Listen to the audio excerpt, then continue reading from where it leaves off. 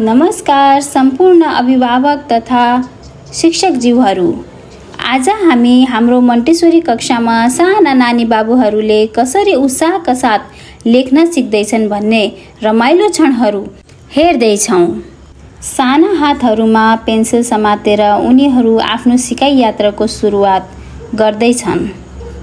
हेर्नुहोस् त कति रमाइलोसँग सबै नानी बाबुहरू आफ्नो कपीमा लेखिरहेका छन्।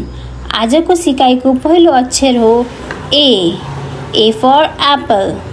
कसैको अक्षर अलिकति ठुलो छ, कसैको सानो छ, कसैले सिधा लेखेको छ भने कसैले अझै अभ्यास गरिरहेको छ।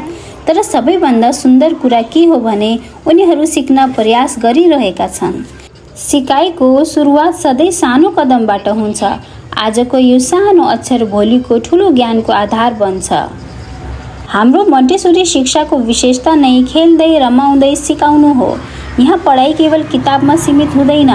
गीत, खेल, चित्र र रमाइला गतिविधिहरू मार्फत सिकाइलाई अझै सहज बनाइन्छ। जब बच्चाहरू खुसी हुन्छन् तब सिकाइ पनि प्रभावकारी हुन्छ। शिक्षकले प्रत्येक नानी बाबुलाई माया र धैर्यका साथ मार्गदर्शन गरिरहनु भएको हुनुहुन्छ।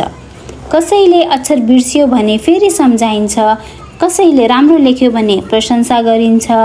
यही प्रोत्साहनले बच्चाहरूमा सेल्फ कन्फिडेन्स बढाउँछ।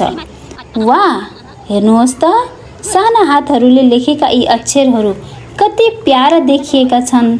आज उनीहरूले ए फर एप्पल लेखे, भोलि अझै धेरै अक्षर, शब्द र वाक्य सिक्दै जानेछन्।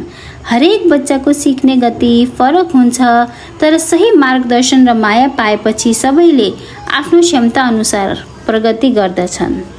प्रिय अभिभावक तथा शिक्षकज्यूहरू, बच्चाहरूको यो प्रारम्भिक सिकाइको चरण अत्यन्त महत्त्वपूर्ण हुन्छ। उनीहरूलाई माया, प्रोत्साहन र सकारात्मक वातावरण दिउँ। आजको यो सानो प्रयासले भोलि उनीहरूको उज्जवल भविष्य निर्माण गर्नेछ। हाम्रा प्यारा नानी बाबुहरूलाई धेरै धेरै शुभकामना। धन्यवाद।